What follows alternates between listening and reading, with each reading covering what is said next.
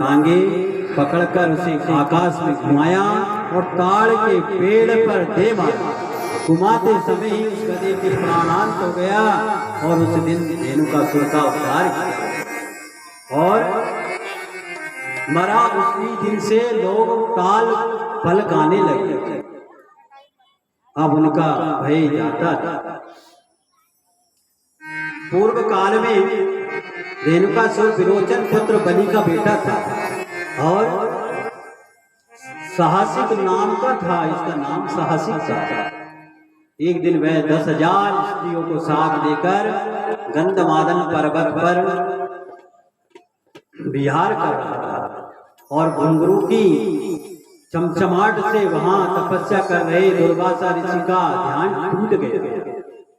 तब उन्होंने उसे श्राप दिया कि तू गधा हो जा, क्योंकि तू गधे के समान भोगी है। परीक्षित, जब एक दिन बलराम और श्री कृष्ण अपने सखा ग्वाल वालों के साथ गौगे चराते चराते तरह तरह की लीला करते अपने सखाओं को वृंदावन की कुंज में विहार करते हुए यमुना के तट पर चले गए और उस दिन बलराम भैया साथ में नहीं थे। घाम बहुत तेज निकली थी और गौवे तथा ग्वाल वाल प्यास लगने के कारण बहुत ही बेचैन हो रहे और उन्होंने यमुना का वह विषैला जल पी लिया जिसमें कालिया नाम होता था और वे निष्प्राण होकर भूमि पर गिर पड़ा। जब भगवान श्री कृष्ण ने उन्हें अपनी अमृतमयी सृष्टि से देखा, वे जीवित हो गए और कालिया देह पे जब भगवान ग्वाल वालों के साथ खेलने के लिए गए तो खेल खेल रहे, गेंद का खेल खेला और गेंद के खेल खेलते में भगवान सोच रहे थे कि गेंद अगर काली देव में गिर जाएगी तो क्यों को उनको मालूम था। तो चलो भाई अपना काली देव पर एक गेंद का खेल रखे और अरे काली देव पर खेलन आयो मेरो बारो सो कन्हैया। काली देव पर खेलन आयो मेरो बारो सो कन्हैया। काली देव पर खेलन आयो मेरो बारो कन्हैया। मेरो बारो सो कन्हैया, मेरो सो कन्हैया।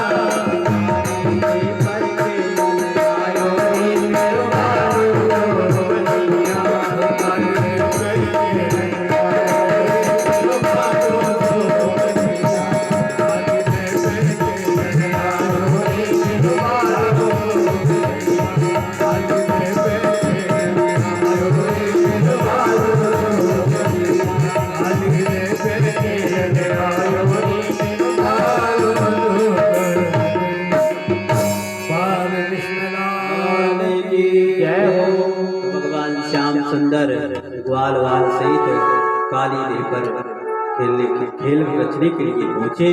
और फिर किसी भी हे परीक्षित, भगवान श्री कृष्ण ने सोचा कि ये सब कालिया नाग की यमुना के कुंड में रहने के कारण ही हुआ है, क्योंकि इससे जलपान करने से सबकी मृत्यु हुई। और जिस क्षेत्र में ये कालिया नाग रहता है ना, वहां का जल विश्व की गर्मी के कारण खौलता रहता है और उसके जल की तरंगों की वायु से तट के आसपास के वृक्ष और घास सब सूख गए।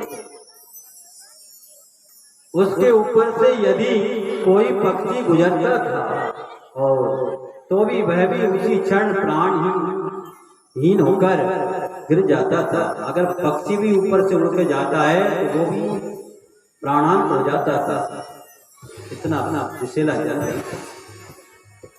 और उन्होंने देखा कि मेरे विहार करने का स्थान यमुना का जल सर्प के विष से दूषित हो रहा है। तब भगवान श्री कृष्ण ने एक कदम के वृक्ष पर चढ़कर उस विषैले जल में बड़े जोरों से छलांग लगा दी। क्यों कि भगवान ने जितनी तेजी से डंडा मारा उस गेंद में, तो वो कालिया देह में जाकर गिर गई। तो उसी समय जो उनके सखा थे सुखा लेकिन भैया मैं तो वही गेंद लूंगा इकट्ठी कर। तो भगवान उसको गेंद को लाने के लिए बहाना बनाया है। बहाना था भगवान का, लेकिन उस विषैले जल को अमृत जैसा बनाने के लिए भगवान ने ये लीला रची। और फिर बड़े जोरों से छलांग लगाकर कूद पड़े। कालिया नाग ने जब देखा कि कोई मेरे निवास स्थान उनकी स्त्रियां देख रही हैं, कौन आया है,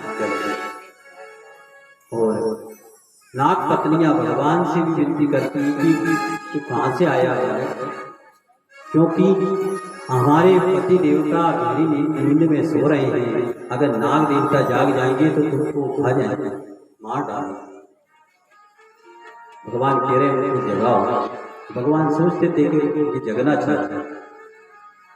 और श्री कृष्ण की ऐसी दशा देख जिनके प्राण धन सभी कुछ भगवान श्री कृष्ण हैं, वे वाल मूर्छित होकर धरती पर गिर पड़े भगवान। और सुखदेव जी कहते हैं परीक्षित, उधर ब्रज में कई प्रकार के अपशगुन देखकर कौतूहलवश नंद आदि गोप यशोदा रानी एवं गोपियां घबरा रही। आज श्री कृष्ण अकेले ही गाय चराने गए हैं तथा बलराम भी साथ नहीं है। भगवान श्री कृष्ण का प्रभाव नहीं जाना। तब ब्रजवासी उन्हें ढूंढने निकले और भगवान श्री कृष्ण का प्रभाव को समझे नहीं। इसी कारण काली देह पर भगवान श्री कृष्ण की कालिया नाग के पास से बंधे हैं, ये देखकर यशोदा जी तो उस देह में ढूंढने जा रही थी, परंतु गोपियों ने उन्हें पकड़ लिया। माता भागवत और सुखदेव जी कहते हैं परीक्षित जी, जब ये सांप के शरीर से बंध जाना तो भगवान का एक बहाना था, मनुष्य जैसी लीला थी। जब भगवान ने नाग फांस से निकलने के लिए अपना शरीर बढ़ाना शुरू किया, तब काली नाग के सारे बंध टूटने लगे एवं कुछ ही क्षण में भगवान श्री कृष्ण उस कालिया नाग के मस्तक पर अपनी बांसुरी के सुर छिड़कर नृत्य करने लगे। और क्या तांडव गति मुंडन पर निर्तत बन भारी, तांडव गति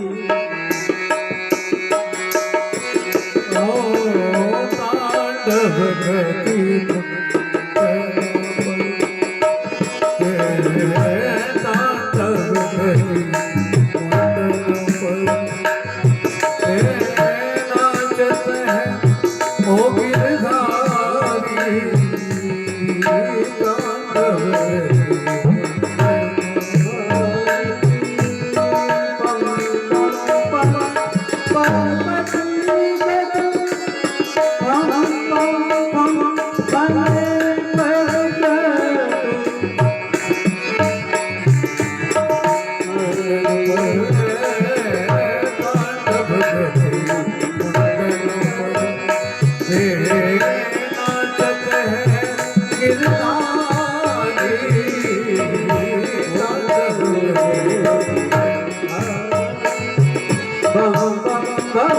विनती करे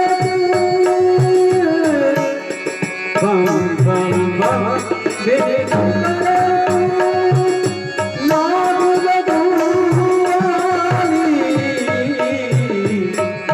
बधुआनी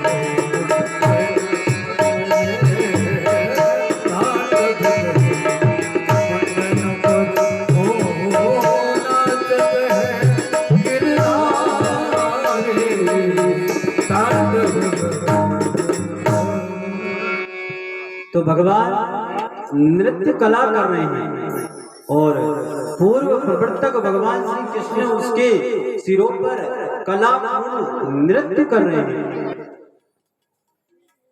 उस समय पुराण पुरुषोत्तम भगवान श्री कृष्ण के चरणों पर जो खून की बूंदें गिरी थी उससे ऐसा मालूम होता था कि मानो रक्त पुष्पों से उनकी पूजा की गई। भगवान जब कालिया नाग के फणों पर जब नृत्य करने लगे तो कालिया नाग के फणों से रक्त की धारा बहने लगी और उस रक्त से भगवान के पैर ऐसे लग रहे हैं जैसे गुलाब के पुष्पों से पूजन हुआ। और कालिया नाग की ऐसी छिन्न भिन्न अवस्था देखकर उनकी पत्नियां भगवान से विनती कर रही हैं, गोविंद हे कन्हैया हमारे सुहाग की रक्षा कर दिया।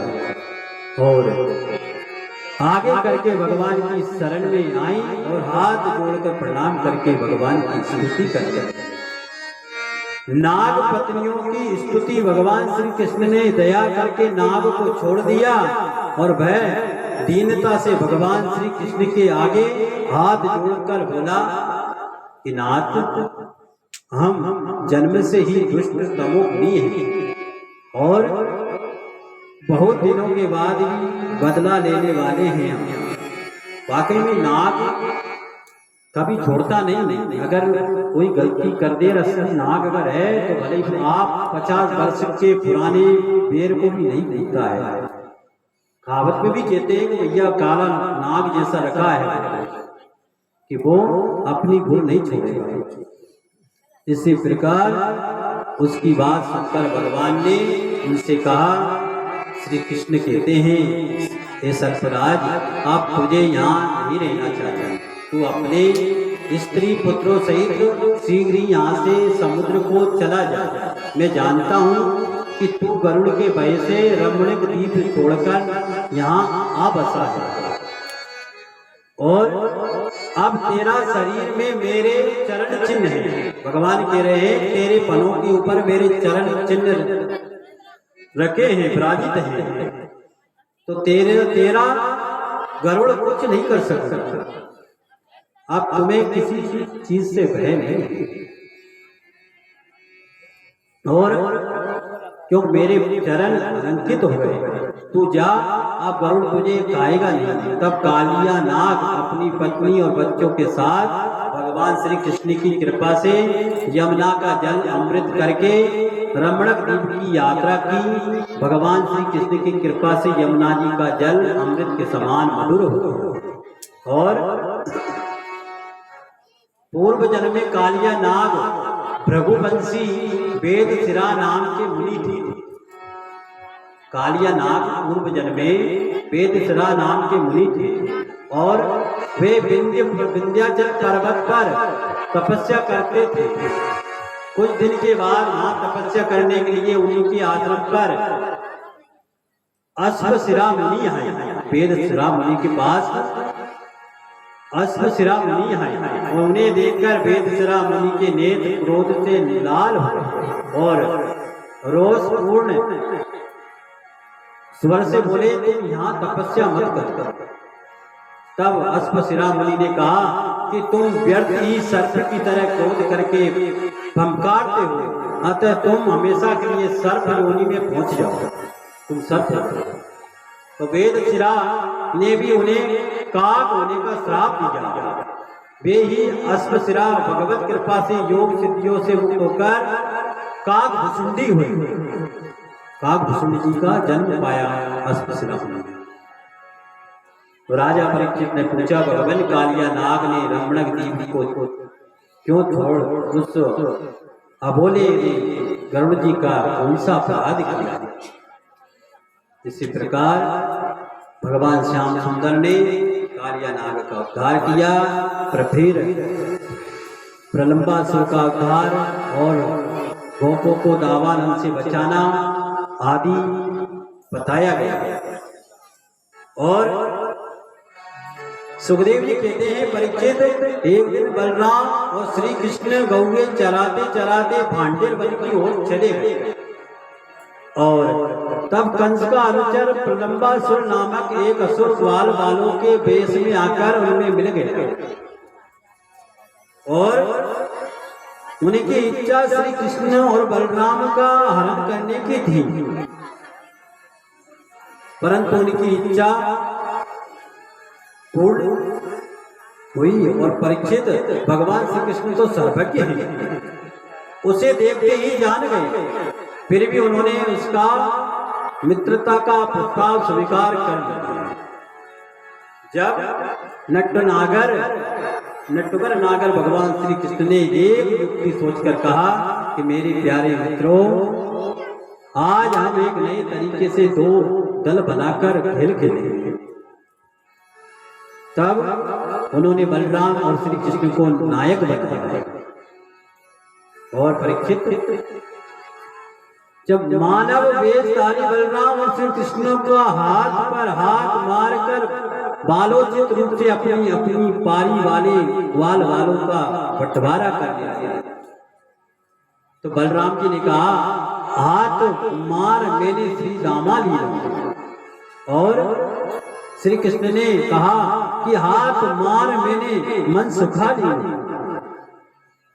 इस प्रकार दोनों पाली के सदस्यों का चयन हो गया। ग्वाल वेशधारी प्रलंबासुर ने सोचा कि कृष्ण तो अब बड़ा ही पराक्रमी है, इसे मैं कैसे जीतूं, इसलिए वह कृष्ण के पाली में ही शामिल हो गया। अब उन्होंने एक स्थान का चयन किया जहां हारने वाले जीतने वाले को अपनी पीठ पर चढ़ाकर ले जाते। तब अब खेल शुरू हुआ। उसी समय बलराम जी के साथ में आकर के श्री दामा वृषभ आदि खेल में जीत गए। तब कृष्ण ने श्री दामा को, भद्रसेन ने वृषभ को और प्रलंबासुर ने बलराम जी को अपनी पीठ पर चढ़ाकर, तब ये प्रलंबासुर अपने मन में मनोरथ मानता हुआ कि चलो एक को तो मैं हरण कर लाया, ऐसा सोचता हुआ और बड़ी फुर्ती से जो नीचे स्थान था उसमें आगे निकल गया। बलराम जी ने उनकी ये चालाकी छुपी नहीं रही, तो उन्होंने इतना भार बढ़ाया बलराम जी ने कि वह ज्यादा दूर तक न जा सका। तब देव के अपने असली रूप में आ गया। तब जगदाधार बलराम जी ने क्रोध करके उसके मस्तक पर एक गुच्छा मारा कि प्रलंबासुर का मस्तक चूर चूर हो गया और वह प्राणहीन होकर भूमि में गिर गया। प्रलंबासुर का मस्तक चूर चूर हो गया। उसी समय जब उसकी मृत्यु से देवताओं ने प्रसन्न होकर बलराम जी पर पुष्पों की वर्षा की और प्रशंसा करते। प्रलंबासुर पूर्व जन्म में उहू नामक गंधर्व का पुत्र विजय नाम का गंधर्व था। तो यक्षराज कुबेर की बगिया से फूल तोड़ने के कारण कुबेर ने इसे श्राप दिया और वरदान भी दिया, दोनों काम किए। श्राप से ये राक्षस हुआ और उनसे क्षमा मांगने पर भांडेर वन में बलराम द्वारा इसकी मुक्ति हुई।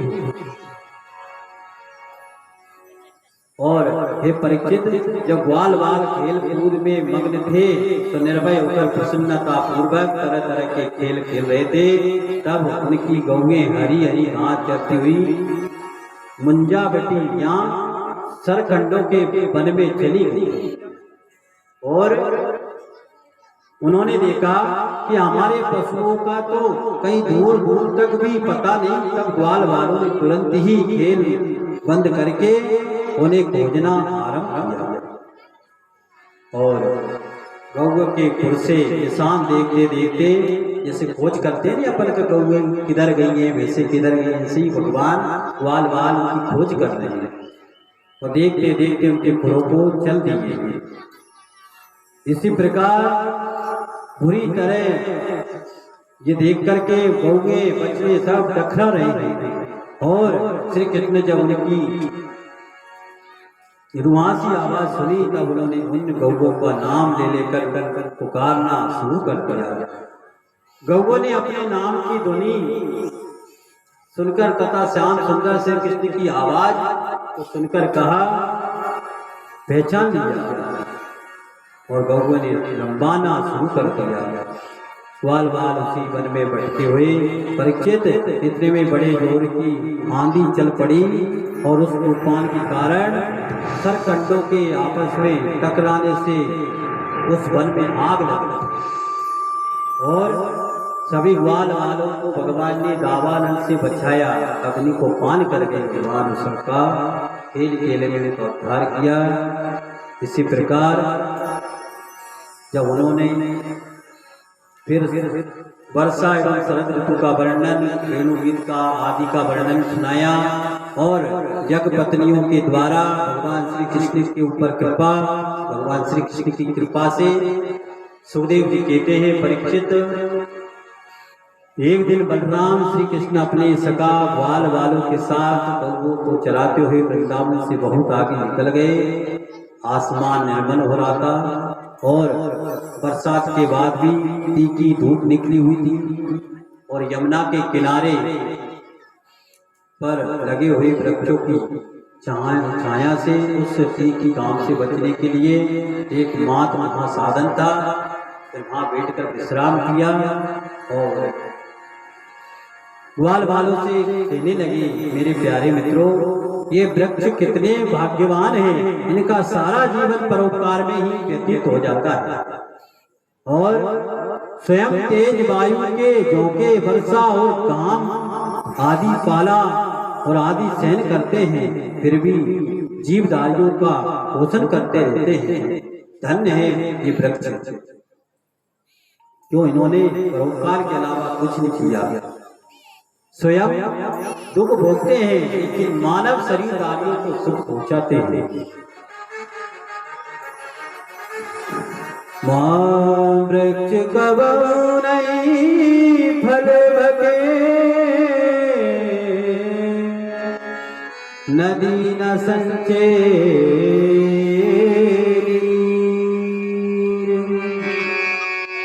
परमारथ के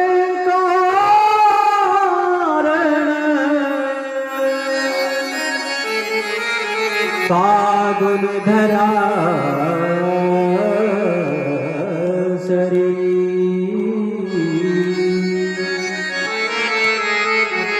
परमार्थ के कारण सागुन धरा शरीर। राजर्षि इस प्रकार बलराम श्री कृष्ण ग्वाल वालों से बातें करते करते यमुना जी के निकट आए और प्यास लगी थी। गौओं को यमुना जी का जल पिलाकर स्वयं भी जल पिया और गौएं जल पीकर घास चलने लगी थी। उस समय ग्वाल वालों को सभी को जोरों की भूख लगी।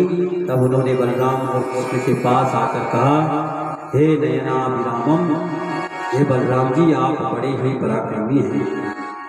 हमारे प्यारे श्याम सुंदर श्री कृष्ण, आप बड़े बड़े दुष्ट दैत्यों का संहार किया और उन्हीं दुष्टों के समान ये भूत अब हमें सता। हे गोविंद, कुछ यत्न करो। परीक्षित जब उन ग्वाल वालों ने देवकी नंदन भगवान की विनती करी, प्रार्थना करते भगवान से, तो थोड़ी देर आप भी प्रार्थना करो भगवान से। ओ मेरे मन कर ले भजन, अपने मन को भगवान में लगाओ। ओ मेरे मन कर ले भजन, वो घड़ी आएगी जब पिंजरे से पक्षी निकल जाएगा,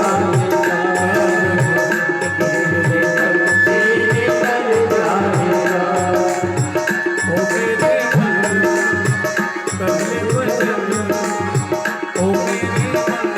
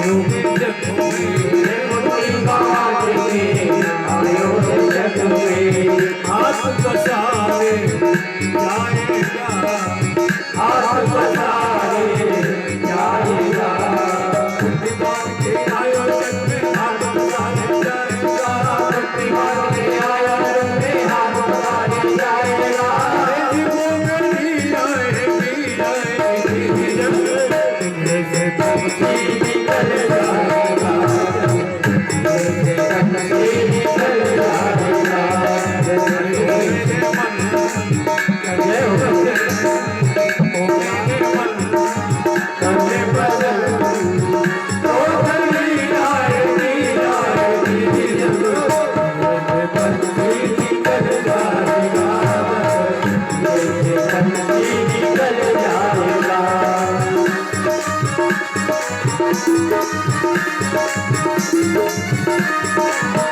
जय हो श्री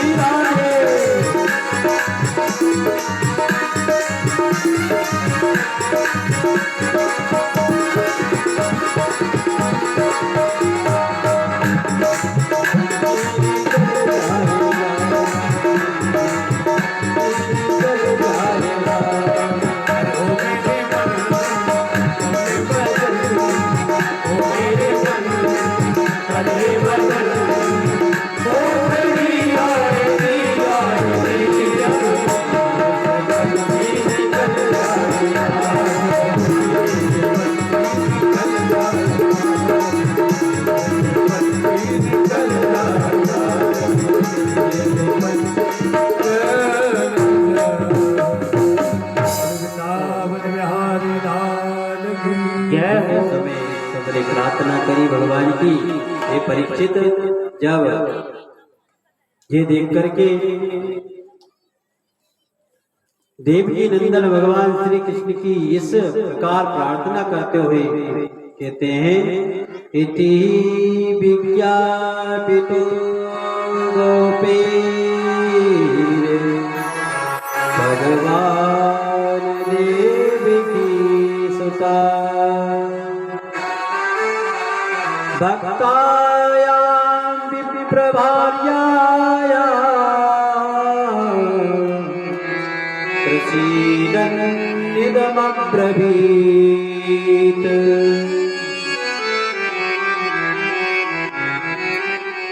भक्तों, अपनी भक्त मथुरावासी ब्राह्मणों की पत्नियों पर अनुग्रह करने के लिए ये बात कही भगवान। मेरे प्रिय मित्रों, यहाँ से थोड़ी ही दूर पर वेदवादी चतुर्वेदी मथुरा माधुर ब्राह्मण स्वर्ग की कामना से अंगिरस नामक यज्ञ कर रहे हैं। तुम उनकी यज्ञशाला को जाओ और आज्ञा पाकर ग्वाल बाल यज्ञशाला को गए और उन ब्राह्मणों से हाथ जोड़कर प्रभु के कहे अनुसार निवेदन किया, परंतु उन ब्राह्मणों ने उनकी बात पर कोई ध्यान नहीं दिया और वे निराश होकर वहां से लौट आए। परीक्षित, उन ब्राह्मणों की बात आकर उन ग्वाल बालों ने बलराम और श्री कृष्ण से कह दिया। कभी कभी अधिक ज्ञान होना भी आवश्यक का कारण बन जाता है, हिंसा कारक।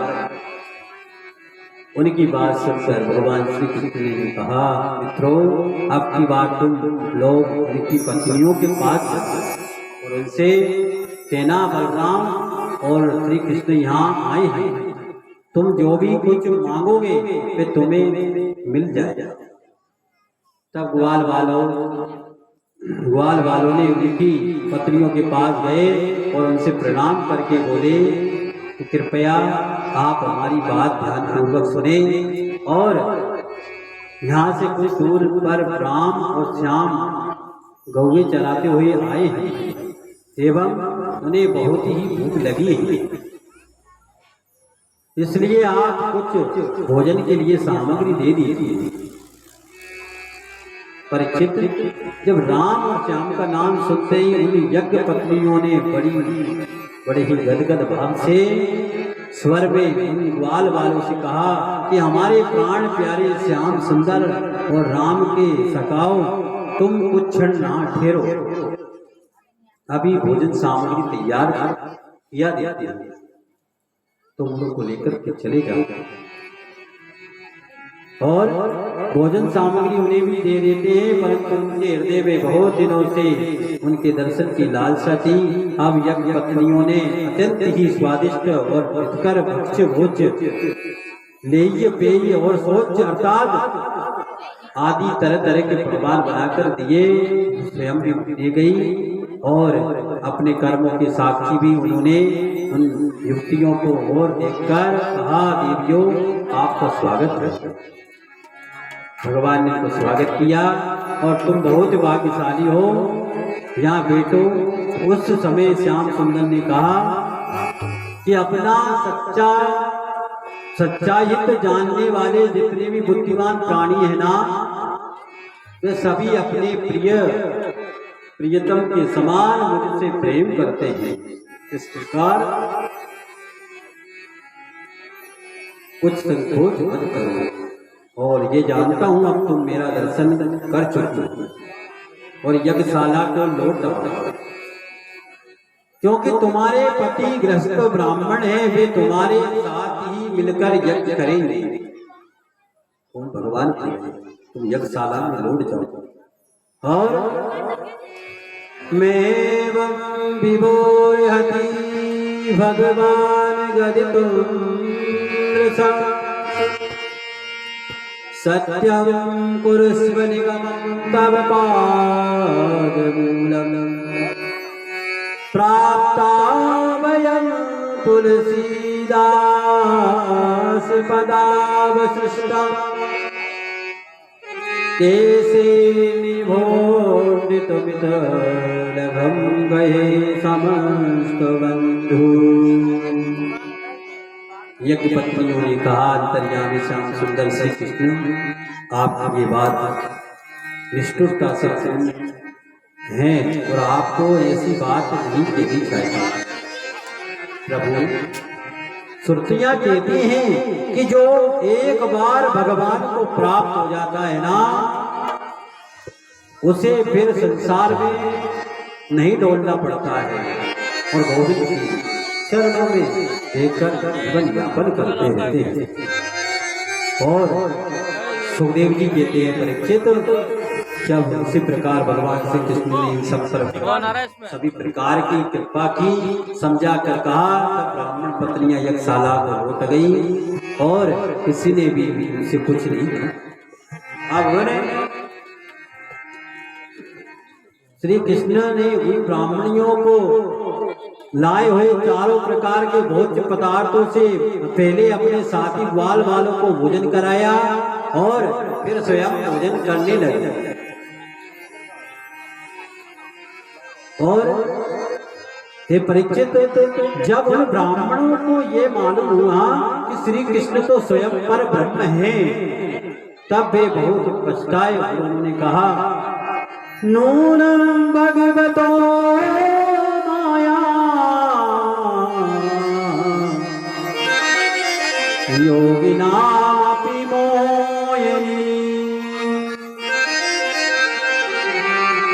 यद वयं गुरवो नृणां स्वार्थे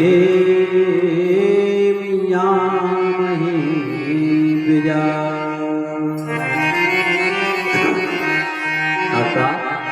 निश्चय ही भगवान की माया बड़े बड़े योगियों को भी मोहित करने वाली है, तभी तो हम कहलाते हैं मनुष्य के गुरु। परंतु अपने सच्चे स्वार्थ और परमार्थ में के विषय में अभी भी भूले हुए हैं। भगवान श्री कृष्ण के दर्शन की बड़ी इच्छा हुई, किंतु वे राजा कंस के भय के कारण वहां नहीं जा सके। ब्राह्मण के ऐसे ही मनी मन प्रणाम किया। फिर आगे इंद्र यज्ञ निवारण, गोवर्धन धारण एवं भगवान श्री कृष्ण का अभिषेक आदि लीलाएं करी गोविंद ने। और सुखदेव जी कहते हैं कि परीक्षित, भगवान श्री कृष्ण और बलराम जी वृंदावन में रहकर विविध प्रकार की लीलाएं कर रहे थे। तो एक दिन उन्होंने देखा कि लोग इंद्र यज्ञ की तैयारी कर रहे थे और ये जानकर भी भगवान श्री कृष्ण ने नंद बाबा आदि ग्वाल वालों से पूछा कि बाबा आजकल उत्सव की तैयारी हो रही है, ये तैयारी किसकी हो रही है,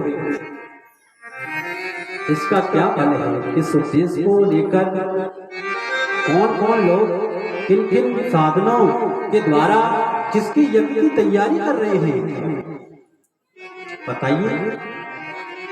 आप ये सब मुझे अवश्य ही बताएं। ये बात सुनकर नंद बाबा ने कहा, बेटा कन्हैया, भगवान इंद्र वर्षा करने वाले मेघों के स्वामी हैं, अतः ये मेघ उनके अपने ही स्वरूप हैं और वे समस्त प्राणियों को तृप्त करने के लिए जल की वृष्टि करने वाला यज्ञ करते हैं तथा जीवन देने वाला जल बरसाते हैं इंद्र देवता। इसलिए हम सभी लोग उनका यज्ञ करते हैं। और हे परीक्षित, ब्रह्मा शंकर आदि सभी देवताओं पर शासन करने वाले भगवान श्याम सुंदर श्री कृष्ण ने नंद बाबा आदि गोपों की ये बात सुनकर इंद्र की परीक्षा देने के लिए एवं उसे क्रोध दिलाने के लिए नंद बाबा से कहा, कर्मणा जायते जन्तु कर्मणैव विलीयते, सुखं दुःखं भयं क्षेमं कर्मणैवाभिपद्यते, अस्ति चेदीश्वरा कश्चित् फल रुपन्यकर्मणाम् कर्तारं भजते सोऽपि नैव कर्तो प्रभुईसा। अर्थात प्राणी अपने कर्मों के अनुसार ही जन्म लेता है और अपने कर्म अनुसार ही मरता है। भगवान कहते हैं वह किसी को मारता थोड़ी है, मारता तो मैं जीवन क्यों देता। इसलिए मर गए आंखों कर कर खोटे गांव, तो अपना बुरा कर्म हमें मार देता है और हमारा अच्छा कर्म हमको बचा लेता है। इसलिए इस शरीर से ऐसा कर्म कर चलो जो हमें इस धरा पर वापिस ना आना, आवागमन से हमारा छुटकारा हो जाए। इसलिए भगवान की सच्ची भक्ति से हमारा जीवन यापन होता रहेगा। और इस संसार में, इस कली काल में और भगवान की भक्ति के अलावा कोई बचने का साधन है क्या? लेकिन जब सभी प्राणी अपने अपने कर्मों से ही उत्तम, मध्यम और अधम शरीर को ग्रहण करते हैं, वे अपने कर्म से करते हैं, अपना नीच शरीर धारण करते हैं, उत्तम शरीर धारण करते हैं, सब अपने अच्छे बुरे कर्म के आधार पर चलता है। और कर्म ही अतः कर्म ही गुरु और कर्म ही ईश्वर है। हम तो सदा ही के वनवासी हैं। कौन भगवान कह रहे हैं? बाबा से पिताजी, वन और पहाड़ ही हमारे घर हैं, इन्हीं से हमारा और हमारे पशु धन गौएं पालन पोषण होता है।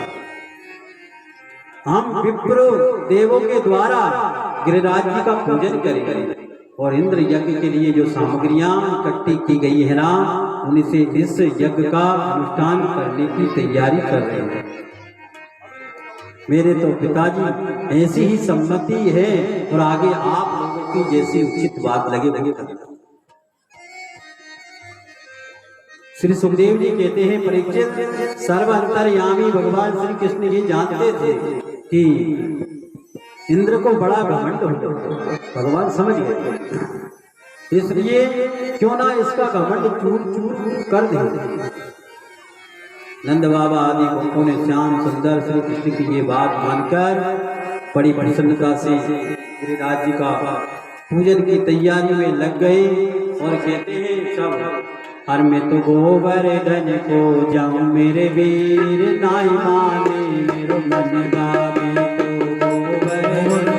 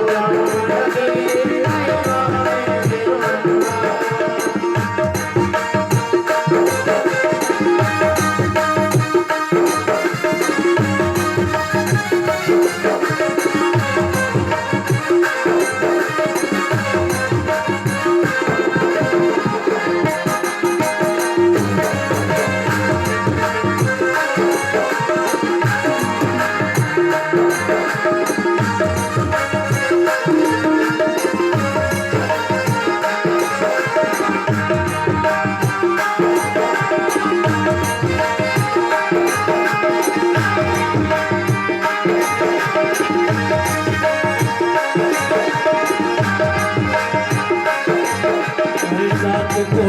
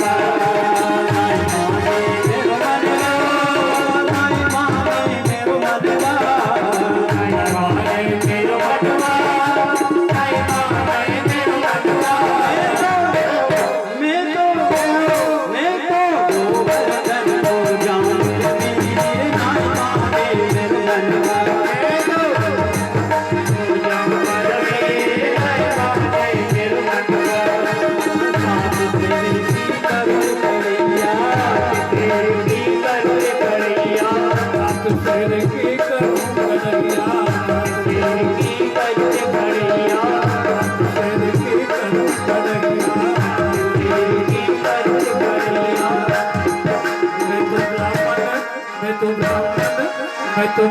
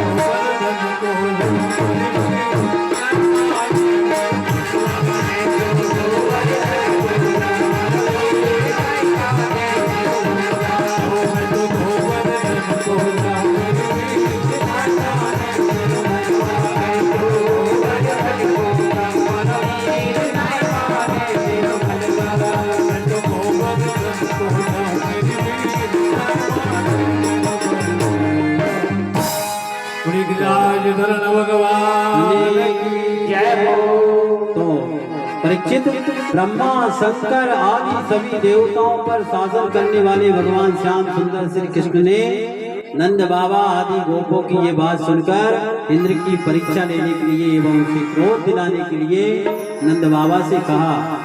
और सभी प्राणी अपने कर्म के अनुसार जन्म लेते हैं, इसलिए सुखदेव जी कहते हैं, परीक्षित सर्वात्मा भगवान श्री कृष्ण के जानते हैं। इंद्र को बड़ा घमंड हो गया और इधर गोवर्धन पूजा भगवान ने करवाई तो इंद्र क्रोध के मारे आग बबूला हो गया और सावर्धन मेघ को आदेश किया कि जाओ ब्रज के ऊपर वर्षा करो। और जब वो वाल सब घबराए उठने लगे। हरि गिरिराज तुम्हारी गिरिराज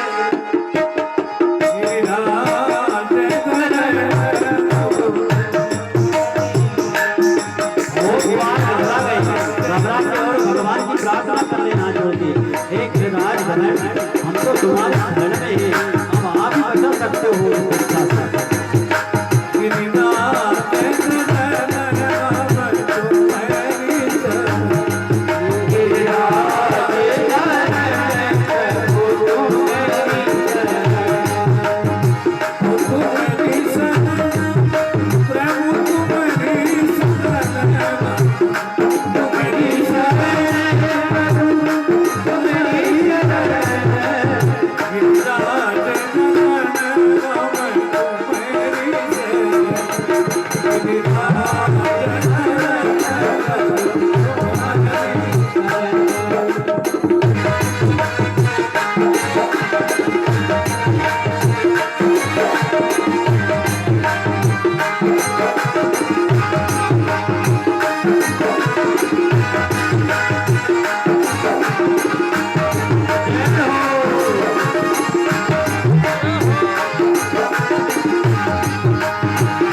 तुम्हारी शरण मेरा जीवन बदल प्रभु तुम्हारी शरण। अरे तुम्हारी शरण मेरा जीवन बदल प्रभु तुम्हारी शरण। गिरिराज नंदन तुम्हारी शरण। गिरिराज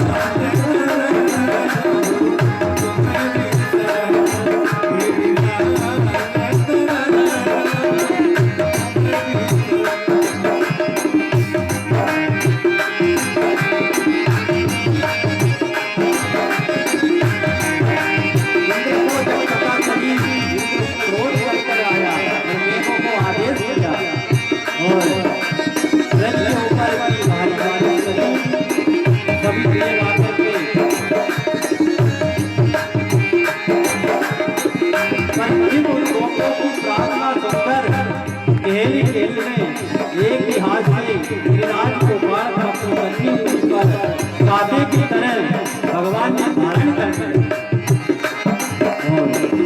और तेरी सब चिंता मिट जाए पूजा गोवर्धन की कर। तेरी सब चिंता मिट जाए पूजा गोवर्धन की कर ले। पूजा गोवर्धन की कर ले। पूजा गोवर्धन की कर ले। पूजा गोवर्धन की कर ले। पूजा गोवर्धन की कर ले। ओ तेरो जन्म सफल है पूजा गोवर्धन की कर। तेरो जन्म सफल होगा पूजा गोवर्धन की कर। ओ तेरो जन्म सफल है पूजा गोवर्धन की कर। तेरो जन्म सफल है पूजा गोवर्धन की कर। तुम पान करे तुम फूल करे तुम पान करे तुम फूल करे तुम पान करे तुम फूल करे तुम पान करे तुम फूल करे तुम पान करे तुम फूल करे तुम पान करे तुम फूल करे तुम करे दूध की धार ओ धार।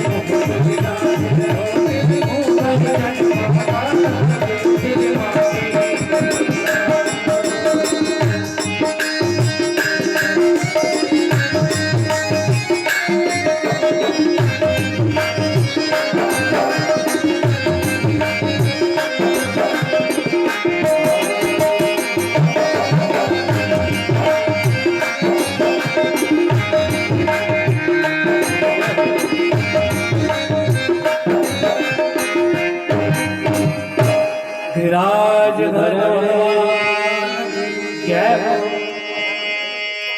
इसी प्रकार ये देख करके इंद्र का घमंड चूर चूर हो गया। तब उसने अपने मेघों को वर्षा करने को रोक दिया। अब सूर्य भी दिखाई देने लगा। तो भगवान श्री कृष्ण ने मेरे प्यारे ब्रजवासियों को, तुम लोग निडर होकर अपने अपने पशु धन एवं सामग्रियों को लेकर अपने स्थान पर पहुंच जाओ। और भगवान की आज्ञा पाकर सभी ब्रजवासी तुरंत ही बाहर निकल आए और उनकी प्रशंसा करने लगे। भगवान की, तुम्हारी कन्या आज तू नहीं होता हमारा क्या होता। और ये कहते हैं, ये देखकर हे भगवान, इधर हो जाओ। परीक्षित कहते हैं, हे भगवान हमें बताइए कि जब कैसे इनका घमंड चूर हुआ इनका। तो सुखदेव जी कहते हैं, परीक्षित, देवराज इंद्र की इस प्रकार स्तुति के सुनने के बाद तो देवराज इंद्र भगवान के पास क्षमा याचन मांगने आए और धर्म की रक्षा और दुष्टों का दमन करने के लिए आप अवतार ग्रहण करते हैं। निग्रह अनुग्रह क्रिया, हे प्रभु आपके प्रताप को न समझ सका, धन्य हो आप। भगवान इस प्रकार इंद्र को आज्ञा दे ही रहे थे और उनको समझा रहे थे। इंद्र की इस प्रकार स्तुति सुनने के बाद हंसते हुए भगवान श्री कृष्ण ने कहा कि इंद्र, तुम ऐश्वर्य और धन संपत्ति के मद से पूरी तरह मतवाले हो रहे थे, इसलिए तुम पर अनुग्रह करने के लिए ही तुम्हारा यज्ञ बंद करवाया है, जिससे तुम मुझे नित्य निरंतर स्मरण कर सकते। अतः जो लोग धन संपत्ति के मद में अंधे होकर ये भूल जाते हैं, उनके ऊपर काल रूप दंड मंडरा। और भगवान की प्रार्थना करी तो हमारे उस्ताद जी एक भजन और सुनाएंगे। आप सभी पूजा करते चले एक एक करके। गोवर्धन परिक्रमा ही गोवर्धन का परिक्रमा लगाइए। आप गिरिराज जी जाकर के गिरिराज जी की पूजा करते हैं, इतना ही फल आज आपको यहाँ गिरिराज भगवान की पूजन करने में मिलता है। तो आप सभी से निवेदन, एक एक करके आए और गिरिराज जी की पूजन करें, एक एक परिक्रमा करके और अपना स्थान ग्रहण करें। मुकुट श्री मोर का विरचित चूरमा, दुने न सरकार के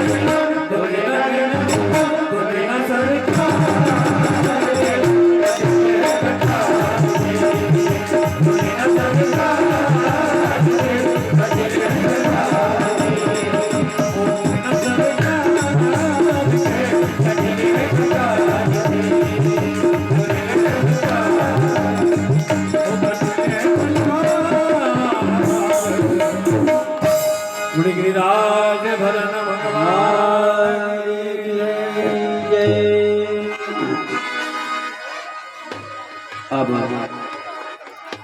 आगे कल प्रसंग आपको रुक्मणी विवाह का सुनाया जाएगा। कल भगवान का विवाह है। अधिक से अधिक संख्या में पधारे और भगवान के पैर पूजाई में भी जो आप कुछ भी आपकी तरफ से लेकर आए वो लेकर आए और सभी आनंद ले। एक भजन और होगा, फिर इसका बाद में एक भजन और होगा, इसका बाद में आरती। दो भजन हमारे आपको उस्ताद जी सुनाएंगे। इसके बाद के बनो बमर करत गुंजा वृंदावन बान की बनो बमर करत गुंजार दुल्हन प्यारी राधिका दूल्हा नंद कुमार। अरे सुन बरसाने बारी गुलाम तेरो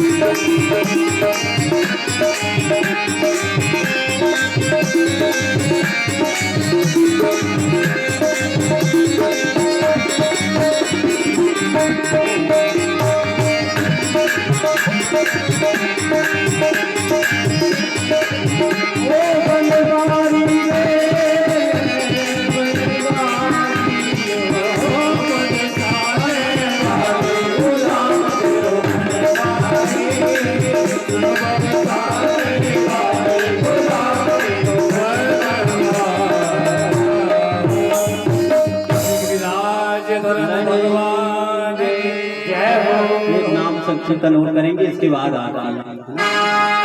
हमारो धन राधा श्री राधा श्री राधा, हमारो धन राधा श्री राधा श्री राधा, हमारो धन राधा श्री राधा श्री राधा, हमारो धन राधा श्री राधा श्री राधा, हमारो धन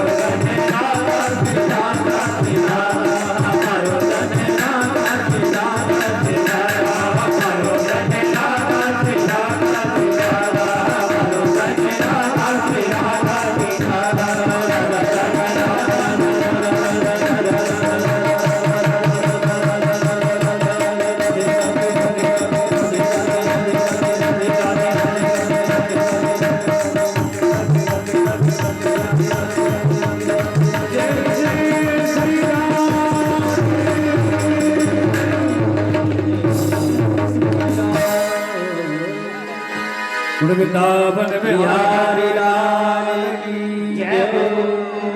आरती की तैयारी करें, आरती उधर से करवा लो तकत के उधर से लेना भगवान के। सभी अपने अपने स्थान पर खड़े हो जाए, परिवार के सदस्य भी आ जाएं और 2 आरती की थाली उधर दे दो तो मेहमान वहीं से करेंगे। 2 थाली उधर भी, बाकी की सब ये हो जाए। थोड़ी थोड़ी आरती सब करा कर, कोई भी वंचित ना रहे भगवान की आरती। श्री राम, श्री राम। हे गिरधर